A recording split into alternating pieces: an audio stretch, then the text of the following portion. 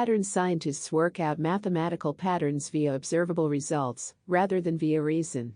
Their results are always partial, limited because they can't observe everything, and they especially can't observe the unobservable. There are mathematical patterns that no one can observe, but which are decisive for those that are observed. Reason and logic can establish what these hidden patterns are. Observation cannot. The sure thing mathematics is a sure thing. There is no surer thing in the universe than mathematics. No sacrifices are needed to placate any gods. There is nothing that is both mathematical and a bit non-mathematical. If something isn't fully mathematical, it cannot be intelligible in terms of any mathematical analysis of it. Imagine trying to use the Spanish language to work out how chemistry works. The Spanish language has no connection to chemistry. It's wholly incommensurate with chemistry, hence can tell you nothing about chemistry.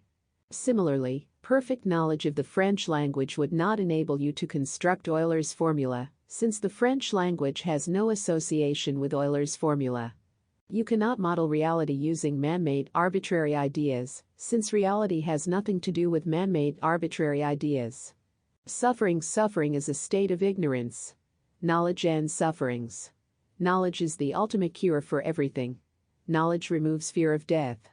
Bad explanation. Why is conventional religion so bad at explaining the world? It's because religion is just a bunch of crazy, made-up human stories. When did science start becoming useful?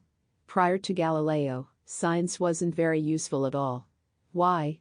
Because it was by and large just another made-up human story with no connection to reality. Science became powerful and successful as soon as it became mathematical. That's no accident. Reality is mathematical, and when science started using mathematics, it automatically came into contact with true reality. Logically, we don't need science at all. We could move wholesale to mathematics.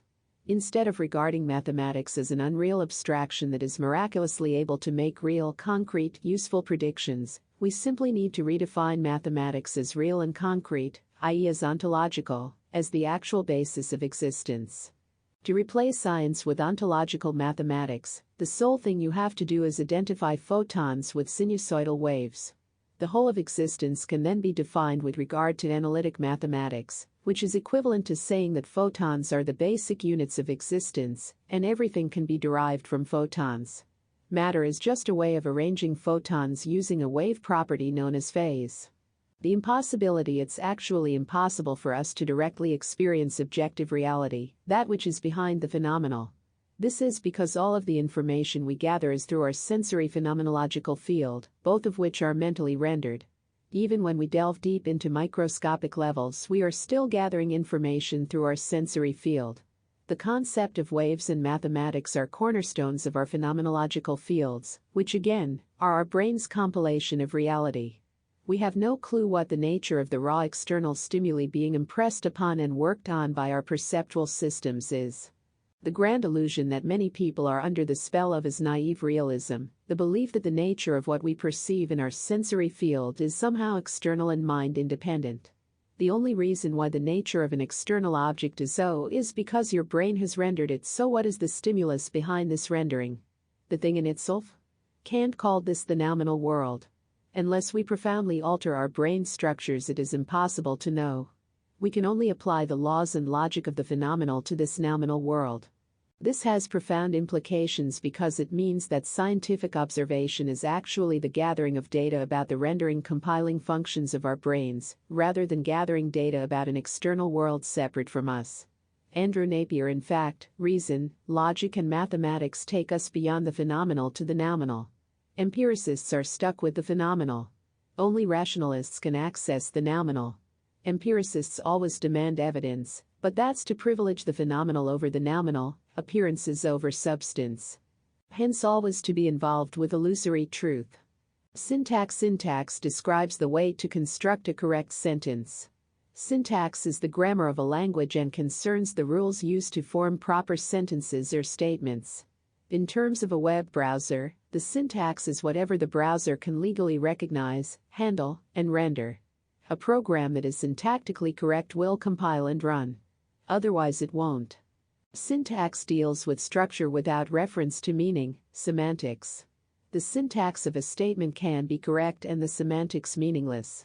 Equally, a statement can be meaningful or interpreted to have a meaning, even if the syntax is nonsense.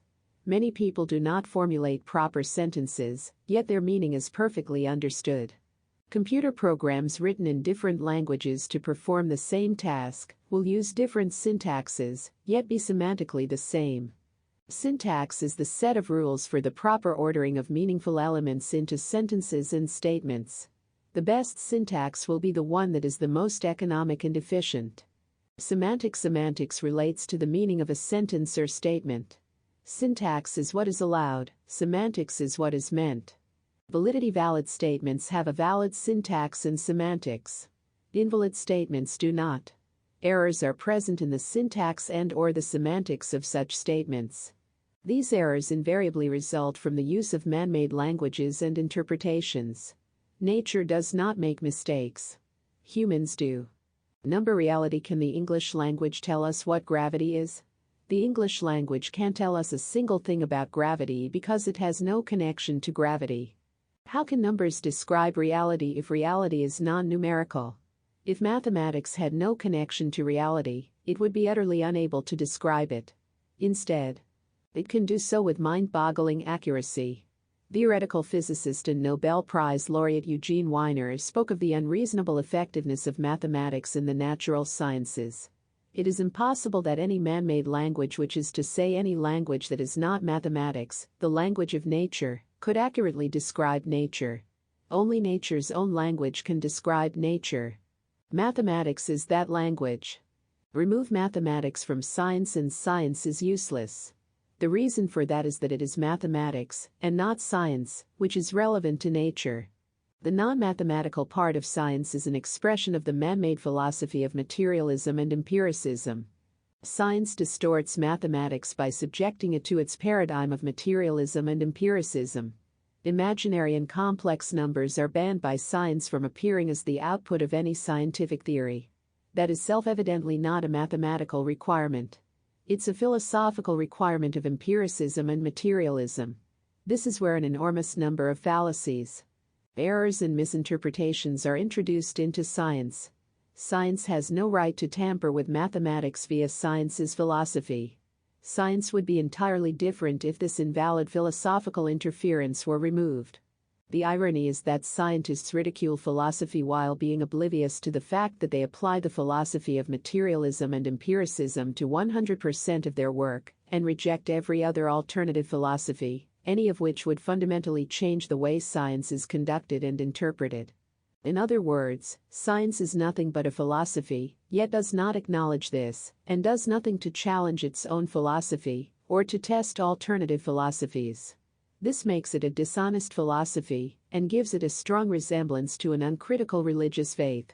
Science should engage with philosophy and continually challenge the validity of its own philosophy.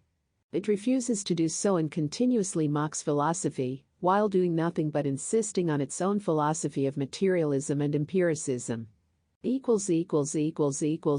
universe cannot be part mathematical and part non-mathematical. That would constitute an intractable dualism. The mathematical part would have nothing in common with the non-mathematical part, and no means to interact with any such part, given their total absence of commonality. This would automatically lead to an unintelligible and unstable universe, in fact an impossible universe, since it would instantly self-destruct.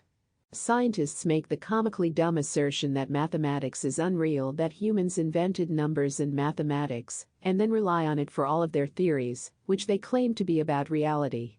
If mathematics is unreal, nothing that uses mathematics can have any connection to reality. Hence, science itself cannot be real. If you believe mathematics is a human invention, prove it. Invent a new mathematics. After all, there are plenty of man-made languages such as English, German, French, and so on. If mathematics is man-made just like these, there should be no problem constructing a brand new mathematics. So, go right ahead and do it. The idea that humans invented mathematics is as laughable as the claim that humans invented hydrogen atoms. These atoms existed before any humans existed, and so did mathematics. Mathematics has existed forever. All of its truths are eternal, unlike the drivel associated with human languages, experiences, opinions, beliefs and interpretations. Science talks sense when it states rationalist, mathematical truths. When it doesn't, it spouts nonsense. Remove rationalist mathematics from empirical science, and there is nothing of value left. Science without mathematics is a belief system, wholly opposed to reason and logic. Scientists are unable to grasp that the valid part of their system is non-empirical, rationalist mathematics. All the rest is froth and speculation. Science without mathematics is alchemy, and who can name what marvels alchemy gave to the world? All the most perfectly conducted and executed alchemical experiments and observations do not amount to a hill of beans. It is mathematics that converts science from a quasi-religion into something substantive and of practical value. It is not science that has delivered marvels to the world, it is mathematics. The lie of science has to be obliterated. Mathematics must be given all the credit. Intelligibility only languages are intelligible. Anything that is not a language is not intelligible. Every language has a syntax, structure, and a semantics, meaning. Imagine something without a syntax and semantics. You could not assign any meaning to it, and nor would any structure exist that you could analyze. It would therefore be unfathomable. For the universe to be intelligible, it follows that it must be literally made of a language, an entity with a syntax and semantics. Only one language can exist independently of the languages devised by intelligent species anywhere in the universe. That language is the language, the language of existence. Mathematics. Mathematics is the universal language. All intelligent alien species will have their version of mathematics. There are two vital considerations that make mathematics radically different from all other languages. It is made of numbers rather than words.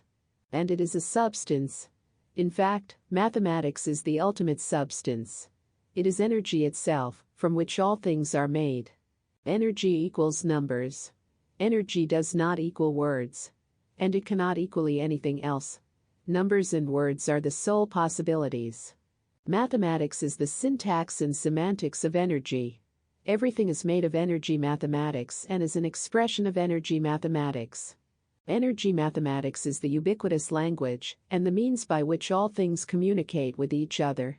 Given that a language is always intelligent and can be understood only by intelligences, a universe of language is inherently an intelligent universe, which is to say a living universe, since only living things have an inherent intelligence. Dead things do not. Energy is life. Energy is mind. All minds are alive. All living things have minds. Everything connected with life and mind is connected with the structure, organization and use of energy. In Schopenhauer's philosophy, he more or less equated energy to will. Willed energy is semantic energy and is associated with free will. Non-willed energy is syntactic energy and produces the impersonal scientific universe.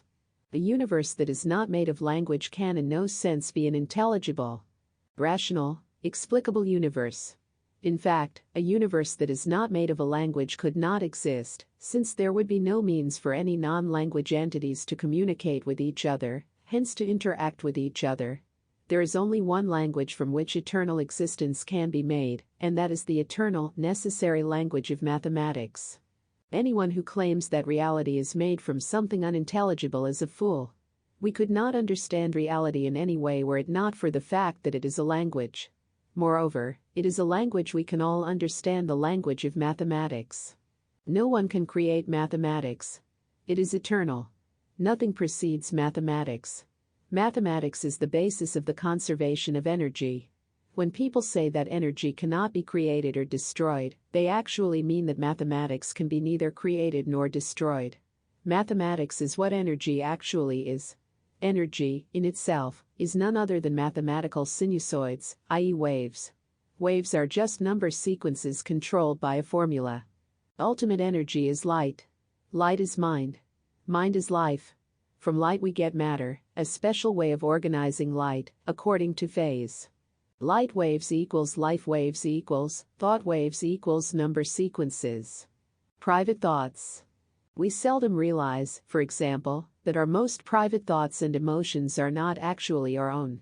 For we think in terms of languages and images which we did not invent, but which were given to us by our society. Alan W. Watts. We ultimately think in terms of the language given to us by existence. This language is mathematics. However, this language is conducted at the unconscious level. Our consciousness is determined by humanly constructed language. Since we operate unconsciously according to mathematics, natural language, and consciously according to man-made language, non-mathematics, this produces a cataclysmic split in our psyche, into which endless errors, fallacies and misinterpretations flow.